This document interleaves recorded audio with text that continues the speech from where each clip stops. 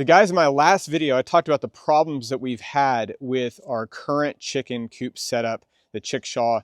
But what I want to do today is show how to build this. I want to take you step by step on how to build a towable DIY chicken coop. But there's several big benefits. One of them is obviously that it's towable and mobile. So if you don't want to just have your chickens in one place and you want to move them around, give them variety, all of that, well, this is a great way to go. The other thing about the mobility is that the current setup that we have, it's really hard to move it. It is mobile, but it's just really, it takes 2 or 3 people to move it around. Obviously with this, I can just put it back on the hitch on the ball of either a four-wheeler, a UTV, a truck, whatever, and tow this around. So that's really, really, really nice. This one also has more bays for nesting boxes, each one of these. And I'm going to show you all of this in just a little bit and how to build it. But each one of these, just pull out the nesting box, or you don't have to pull it out if you don't want to, and get your eggs. So that's going to be really, really nice. The other thing is it's a lot more durable than our current setup. It's bigger, so we can accommodate more chickens. And the one big thing that I'm really excited about this setup here is that we can actually just pull this up and use our electric netting, which we use now. But our current setup, we have to put the coop inside the electric netting. So you got to go inside chicken nasty area and get your eggs, feed and water and all that. With this setup, we can just run the chicken netting, or really the fencing, I should say, from this corner all the way around a big, I think it's 100 feet or something, and then run it back to this other corner. And that way, from the outside, without getting nasty and getting your chicken boots and stuff on, you can just get your eggs. And I'll show you, there's an area to feed. You can water them, do all that stuff from out here and not have to actually go into where the chickens are. So anyway, I'll bring you along as we show you how to build this. All right, so I'm gonna start with the trailer, the base here. Now, I got this trailer from Harbor Freight. This is a 4-foot by 8-foot trailer. And I think it'd be a perfect size for the number of chickens that we will have in this. And this is not gonna be for them to stay in here. This is really just for them to roost at night and to come and lay their eggs. Again, we're gonna have a big paddock for them of electric fencing out the back, and I'll show you all of that as we go along. But I'll leave timestamps and chapters down below so you can kind of go through these, and if you wanna build this, you can go back to each one of the chapters and watch that part again. We wanted just the open panels like this on the base because I wanted to put some kind of welded wire, but with the bigger holes so the droppings can just fall through. So that's one of the reasons that we wanted it like this, and not just the normal kind of utility trailers that either have wood, that has no holes, or the metal kind that you've seen everywhere that has the drop down back. So that's why we went with this one. And again, this is a lot cheaper than a lot of those out there. So this thing, the load on this is 1,720 pounds. Again, I'll drop a link for it down below. You can see all the specs. But that's our base, and that's what we're gonna start with. All right, so next thing we've done is added the base of the frame, and that's what these 2x6s are all the way around. So the nice thing about a 4x8 design is it's gonna require minimal cutting. So these long pieces here, I hadn't cut those at all on both sides. This is just a 4-foot piece, in the middle. And so the nice thing about that is just it's minimal waste. And so what I've done, these are 2x6s. Now these are pressure treated, and the reason I did pressure treated on these, on the bottom part at least, now the walls are gonna be just regular studs basically, but this part on the bottom is pressure treated because it's gonna be, nastier with all the chicken junk. And also this will have more exposure to wind and rain and that kind of thing. So that's why I did pressure treated on the bottom. Obviously you don't have to do that. If you want to do regular 2x6s on the bottom, that's fine. The reason I did 2x6s on the bottom, by the way, is so it clears the top of the fenders here. So I wanted to get above this so that I can start the actual wall on top of this. So that's why it's a 2x6 there. Now, obviously here, what I've done is these are just 2x4s, pressure treated 2x4s, and I bolted through here. Now these come with a hole already, thankfully. So it's just a 3/8 diameter and a 3-inch screw. Now a couple of them were longer, a couple screws were longer, like those in the back, because I just had them laying around. but obviously you're going to need a bolt for each one, and that just holds these in place, obviously. And then I just went around with my nail gun. I've got an air compressor over there in the corner with the air hose, just pretty handy. I've got a video on that. So I just took the nail gun around and nailed each one of these into these, and obviously nailed these two together, all the way around. So that's the idea there. If you want to use screws, you can use screws, but I happen to have a nail gun handy, so why not?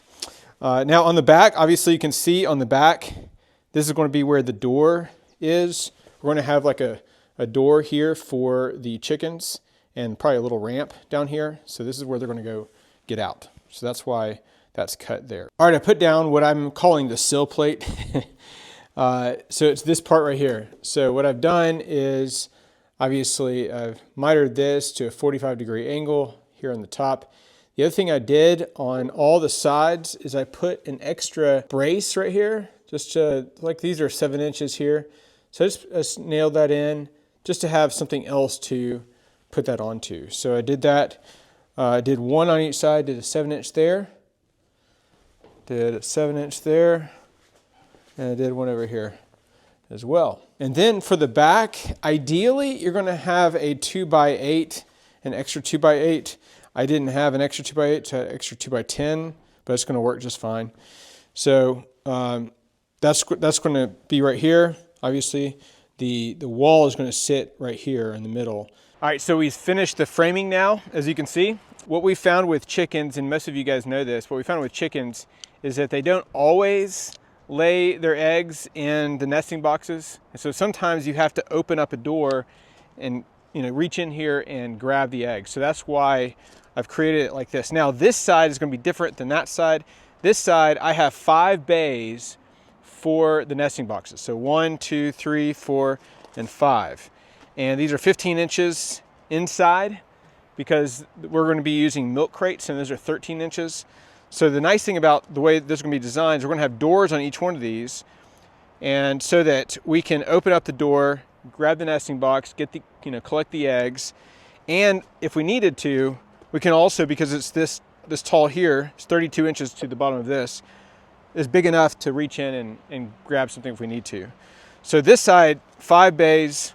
I'm going to show you the other side. Come around to the other side. We're going to have a window here for ventilation. And then we're going to have 4 doors right here. So 4 doors. And this way we'll be able to access inside, food. If we want to put water in here, I'll have to think about that more. But we can access the food and other things, cleaning them out from any of these 4 doors. So that's going to be nice compared to what we have. The back, obviously you can see the back here. We want to build this big enough that I can step in if I needed to. If we needed to walk in here, and it'd be kind of tight, but I want to be at least get in here if I needed to. So that's really it. And you can see I put these side braces here, and that's just going to give it more structural support, and it's going to be the frame for these doors here. So these are about 20, what are these? About 22, 21, 22 inches inside to inside. And then of course this is just going to be covered up here. I was going to put some kind of screen up here for ventilation, but what I've decided to do is just do it on the front, and that way we can open and close the front window for the ventilation, and therefore in the wintertime we can just close that one window and close this back door, and they're all tucked and warm. So that's why we did that. So that's the next step. On the top, I just put these 2x4s across, and I'm going to put metal roofing up here. And so I've just got 4 of these, and the nice thing about this is going to give a little bit of a ventilation slit all the way around between these, because you want to have decent ventilation even if the doors are closed and the window is closed up here. So this will give us just a little bit of ventilation on the top as well. So next step is we're going to be putting on the siding and the doors, making all that, and I'll bring you along as we do that. All right, so we got the siding on here, and this is just OSB, and I know that's not the best for siding, but I do have some stuff we're going to put on the outside, some sealer we're going to put on the outside of this, so that's going to be okay. You can use whatever you want. I mean, a pressure treated plywood would be probably best, or some kind of decorative plywood would be better maybe. But this is what I had laying around, so we're gonna use that. So what I did is, again, because of the size of this, I can use basically a 4x8 sheet and cut it up. And we've got the 5 doors here. So each one of these doors you can open up. And what we're gonna do, let me grab this real quick. What we're gonna do is we're gonna have these milk crates that will be in here. I'll have a frame where this will set inside of this in each one of these doors. There'll be a brace underneath it. But that way it's not the whole thing opening up at once. And the reason I didn't want that to happen is because if you open this all up at once and there may be a chicken or two in here, they're gonna fly out. So I wanna be able to access one at a time. The other reason that I made these as tall as I did, instead of just the size for the nesting box, is because sometimes, as I mentioned previously, sometimes they'll lay eggs underneath or in different places, and I want to be able to access this, you know, reach in here fully. So that's why we did that.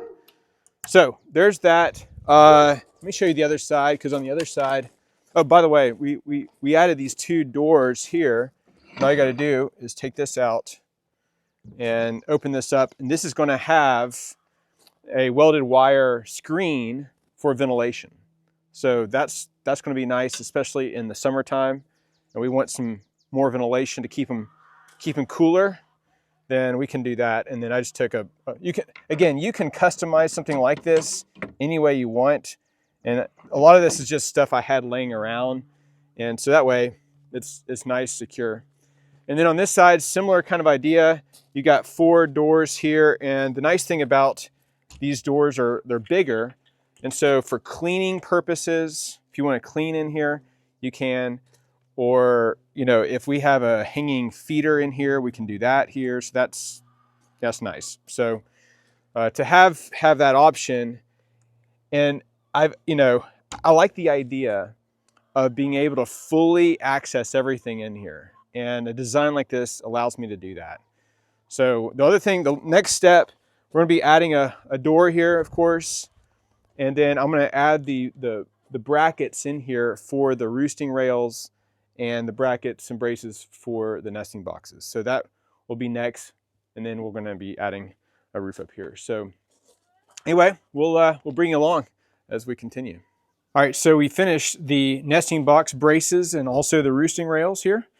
And obviously the roosting rails, these are just 2x2s that I put. I have 2 layers, one up here, one down there. So, and one across the back, and then one in front of the nesting boxes as well. But let me explain what I did with this, and I'll move this out of the way for a second. So on each of these, so on the sides, these are 2x6s right here. So all the way down, you can see how it sticks up, and that just prevents these boxes, when they're in these little cubbies, from getting out or something. So that's why those are there. The other thing I did is, obviously it's 2x2 here. Basically I just made this frame and then attached it to the side. 2x2 there and here. Obviously this just keeps the nesting box from going down there. And then the other thing I did is when I put this together, I raised this up 1/2 of an inch over this to give it a little bit of a lip right here. And so the idea, of course, is that it stops there and it won't tumble, this way. So that's why I did that. So obviously I put the bottom braces down here and over here. Now you're probably wondering, wait a minute, what about the wire mesh flooring in here? Well, I'll explain that when we get there, but that's next step, and we're going to go ahead and put some wire mesh on those windows and put the roof on. All right, so we finished it up, and I want to explain the last few things that we did to this. First, we added in here, in these windows, I added this welded wire. This is a 1" by 1" welded wire. The reason I didn't go with the chicken netting for this or the floor, which I'll show you in just a second, in here is because chicken netting, a lot of predators can get in through chicken netting. So just in case our dogs didn't fend off some predator, then it's still protected in here. So both these windows have the welded wire, and the whole reason for this is that we can open this in the summertime. I've got latches on these windows as well, so I can open them up and latch them open. and this rod, again, a lot of the stuff you can just be creative. This is more of a concept idea than the exact blueprint. But you know, I just have a little space right here I made to store this when we have the windows open. So again, I can open this up and latch it right here. And that way in the summertime, and we want a lot of ventilation in there, we can just open that up. So that's really nice. So obviously we did stain this and seal it, the OSB here. And again, if you use some kind of pressure treated plywood or something, you may not have to do this, but I did because I wanted to protect that from, because oftentimes with OSB, if moisture gets in, especially in the edges, it starts bowing out. And so I didn't want that to happen. Okay, well, working our way back, let me show you a couple more things here. So in each one of these doors here, you've got a nesting box. And I just took a jigsaw and cut out one of these things here. And so that's the perfect size for a chicken to get in and nest. So that's really nice. Now I'll go ahead and take you to the rear. Actually, before I do that, this is just metal roofing up here, and I just had some scrap metal roofing from the barn up here, all of that metal roofing. But this was 12 feet. I had to cut it down to 10 feet. So it's 10 feet. You got about 8 inches hanging off the front and about a foot or so hanging off the back. So it's just 2 pieces. And again, they went on those slats up there on top. So pretty easy. Added a back door here with a different kind of latch, make it easy. And so in here, let me show you in here. Actually, let me open up the front window so you can kind of see through real quick.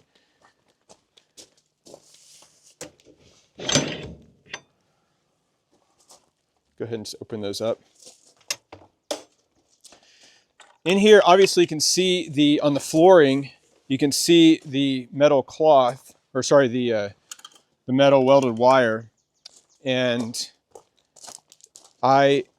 initially I was going to put it over this, but the more I thought about it, I was like, you know what? We've got extra roosting space through here. There's over 26 feet of roosting rail, linear feet space in here. That can accommodate a lot of chickens. And so this just gives you more of that on the bottom. Now, one thing I didn't mention earlier is in the back right corner over there. The reason I didn't put a roosting rail all the way to the corner is because we wanted to be able to access through that door over there a place to put the food. So if we want to put food in here, then we can do that over there. So that's why I didn't run the rail all the way over. So I put this welding wire flooring underneath, and it made it a lot easier because I didn't have to work around any of the bracing or anything. I just rolled this into my shop and just crawled underneath and used zip ties and put them all up. I put a ton of zip ties on there. So the nice thing about that is if a zip tie fails, I can always add another one. But they're pretty strong, and so that's going to be just fine. So anyway, go back to the front. Oh yeah, one other thing. This trailer came with these braces here that are meant to go on the side right here when it folds in half. You can fold this up. But because I don't want to fold this up, I just want to keep it like this. I used to use these braces so I can unlatch this on both sides. I can unlatch these, and these drop down straight so that it won't tip back. So that's another nice thing. So anyway, guys, I'm happy with it. Obviously, I put it on my four-wheeler here, and you can tow this just a 2-inch ball. You can tow this with whatever you want, but being able to tow this around, it has a ton of benefits. So I hope this has been helpful for you guys. And if there are questions that you have about this, and maybe things that you want to know more about as far as how I went about building, because obviously I didn't show me building and doing each process. I just try to show after each phase was finished, what I did. But if you have questions on any of that, please drop that down below, and I'll try to drop some links for some of the stuff also down below. But if you've not already done so, please consider hitting that like button and subscribing to the channel. We appreciate you and your support for us. We'll see you on the next video.